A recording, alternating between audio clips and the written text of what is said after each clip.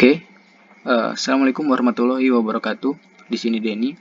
Saya akan membahas mengenai materi kesetimbangan kimia.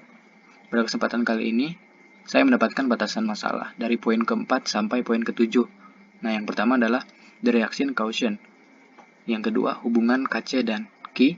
Kemudian, faktor pengaruh kesetimbangan dan aplikasi kesetimbangan dalam industri. Nah, sebelum kita lebih jauh membahas materi ini, saya rasa kita perlu memahami dulu konsep dasarnya itu seperti apa dari kesetimbangan ini. Untuk memahami gambaran kesetimbangan, kita bisa menganalogikan pada peristiwa-peristiwa yang ada di sekitar kita. Misalnya peristiwa penguapan pada sebotol air. Nah, pada gambar yang pertama di sini ada sebuah botol yang berisikan air dengan kondisi tertutup. Dan yang kedua, ada sebuah botol yang berisikan air dengan kondisi tanpa tutup botol. Dan yang ketiga, di sini ada sebuah termos. Katakanlah ini adalah sebuah ruangan isolasi. Ya. Kemudian, jika air dalam botol ini didiamkan, semakin lama dia akan menguap. Nah, dia akan menguap. Kemudian uapnya itu akan menempel pada botol. Nah, semakin lama, sebagian dari uap ini dia akan kembali mengembun karena karena tertutup ya botolnya, berarti jumlah airnya di sini dia akan tetap. Kemudian di gambar yang kedua, di sini terjadi penguapan besar karena botolnya ini tidak ada tutupnya, berarti semakin lama jumlah air di dalam botol ini dia akan semakin berkurang. Dan di gambar yang ketiga, di sini laju pengembunannya dia lebih besar daripada laju penguapan. Pada gambar pertama, ini bisa dikatakan setimbang karena laju penguapannya dia sama dengan laju pengembunan. Sedangkan pada gambar yang kedua, tidak bisa dikatakan kesetimbangan karena laju penguapannya ini lebih besar daripada laju pengembunan. Nah, begitupun di gambar yang ketiga, laju pengembudannya dia lebih besar daripada laju penguapan. Bisa kita simpulkan bahwa kesetimbangan itu adalah keadaan di mana laju ke kanan atau laju maju sama dengan laju kiri atau laju baliknya. Dan proses itu berlangsung secara terus-menerus atau dinamis. Baik, untuk mempercepat waktu kita langsung pembahasan ke materi pertama, yaitu the reaction quotient atau hasil bagi reaksi. Nah, Qc atau hasil bagi reaksi adalah kuantitas yang diperoleh dengan cara mensubstitusikan konsentrasi awal ke persamaan konstanta kesetimbangan. Nah, untuk mencari harga Qc ini tidak jauh berbeda dengan mencari harga konstanta reaksi, yaitu dengan cara konsentrasi produk dipangkatkan koefisiennya dibagi dengan reaksi dipangkatkan koefisiennya. Yang membedakan hanyalah dalam Qc ini dia tinggal mensubstitusikan konsentrasi awal, sedangkan kalau Kc dia harus konsentrasi yang setimbang. Langsung ke contoh soal. Nah, di sini ada reaksi hidrogen plus iodin berkesetimbangan menjadi iodida, itu 2Hi, hidrogen iodida. Kemudian di sini yang diketahui Kc-nya ya, Kc-nya 7,1 kali 10 pangkat 2 pada 25 derajat Celcius. Nah, konsentrasi awalnya diketahui. Nah, yang dipertanyakan adalah ke arah mana pergeseran reaksi mencapai kesetimbangan. Langsung mari kita jawab. Qc, seperti tadi ya, cara menentukan Qc itu produk dibagi per reaksi. Tinggal kita substitusikan dari konsentrasi yang kita ketahui tadi. Kemudian didapatkan nilai Qc-nya. Nah, kemudian untuk mengetahui ke arah mana pergeseran reaksi itu untuk mencapai kesetimbangan, maka kita tinggal bandingkan harga K yang diketahui dengan harga Q yang kita dapatkan tadi. Harga K-nya 7,1 kali 10 pangkat 2 berarti atau sama dengan 710, dan Q-nya tadi kita dapatkan 0,94. Artinya Q lebih besar daripada K, maka reaksi akan bergeser ke kanan untuk mencapai kesetimbangan. Nah, selanjutnya adalah hubungan Kc dan Ki. Nah, sebetulnya hubungan Kc dan Ki ini adalah kita menentukan nilai Qc itu untuk membandingkannya dengan nilai Kc, sehingga kita bisa mengetahui pergeseran reaksinya ke arah mana untuk mencapai kesetimbangan. Di sini ada 3 kemungkinan yang terjadi. Qc lebih kecil daripada Kc, artinya reaksi bergerak dari kiri ke kanan, artinya jumlah produk itu lebih besar daripada reaksinya. Kemudian Qc sama dengan Kc, artinya reaksi dalam keadaan setimbang, berarti sama ya, laju maju dan laju baliknya itu sama. Kemudian Qc lebih besar daripada Kc, artinya reaksi akan bergerak dari kiri ke kanan. Kemudian selanjutnya contoh soal ya. Pada temperatur 430 derajat Celcius, tetapkan keseimbangan Kc untuk reaksi H2 gas plus I2 gas berkeseimbangan menjadi 2HI gas adalah 54,3. Yang diketahui pada eksperimen dengan temperatur yang sama, konsentrasi awal H2, I2, dan 2HI berturut-turut adalah seperti berikut. Hitung konsentrasi masing-masing spesies pada keadaan setimbang. Jadi ini konsentrasi awalnya. Nah, yang dicari adalah konsentrasi ini, konsentrasi H2, I2, dan 2HI pada keadaan setimbangnya.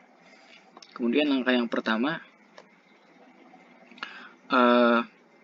kita menentukan nilai Q-nya dulu. Nah, untuk menentukan nilai Q, maka produk dibagi per reaksi. Nah, kita langsung substitusikan saja. Tadi konsentrasi awalnya. Nah, didapatkan nilai Qc-nya 19,5.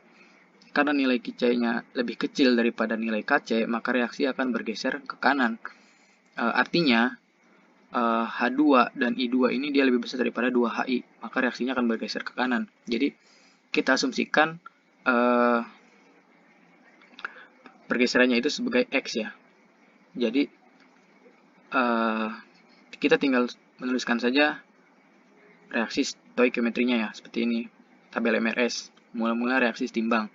Nah, kita tuliskan reaksinya H2 gas plus I2 gas menjadi berkeseimbangan menjadi 2HI gas. Nah, mula-mulanya kita langsung tuliskan saja, ini diketahui ya.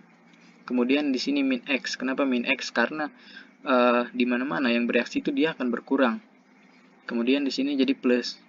Dia yang tadinya segini jadi ditambah, jadi dia akan bertambah. Nah, kemudian kita masukkan persamaan Kc. Nah, persamaan Kc-nya itu produk dibagi per reaksi ya, sama. Kc-nya itu 54,3 diketahui di soal. Kemudian kita tinggal masukkan konsentrasi setimbangnya. Kemudian didapatkan persamaan ini. Nah, untuk menyelesaikan persamaan kuadratnya itu, sehingga diperoleh X sama dengan 0,0114 M atau X sama dengan 0,0015 M.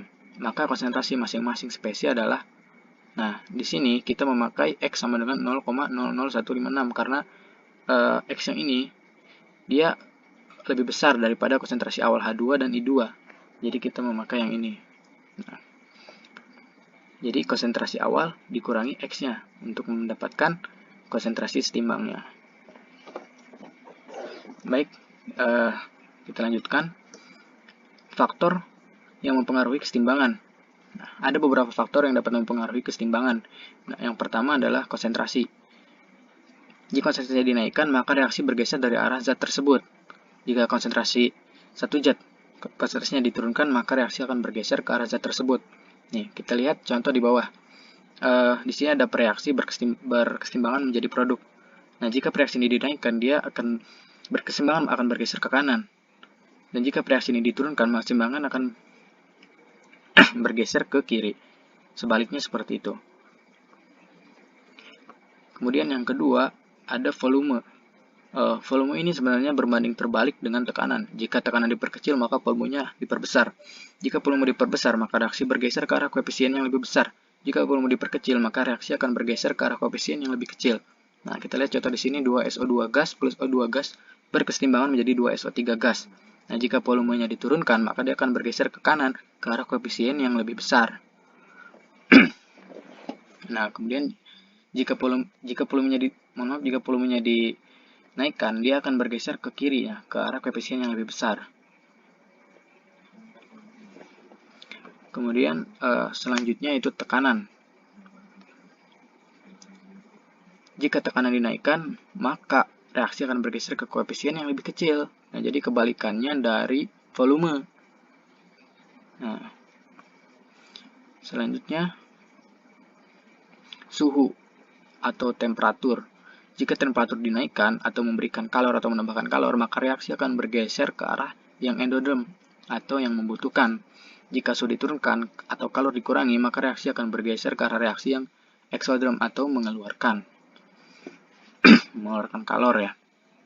Nah, di sini seperti contoh di bawah, 2SO2 gas plus O2 gas bersetimbangan menjadi 2SO3 gas plus kalor. Nah, kalornya berarti plus di sini. Berarti dia yang ke kanan, dia itu reaksinya endoderm, dan yang ke kiri adalah eksoderm. Nah, maka jika temperaturnya dinaikkan, dia akan bergeser ke kiri. Ya. Berikutnya adalah katalis. Katalis ini berfungsi mempercepat tercapainya proses kesetimbangan dengan cara mempercepat reaksi maju dan reaksi balik sama besar. Katalis tidak mempengaruhi pergeseran kesetimbangan reaksi kimia. Hal ini disebabkan karena katalis mempercepat reaksi ke kanan dan ke kiri sama besar.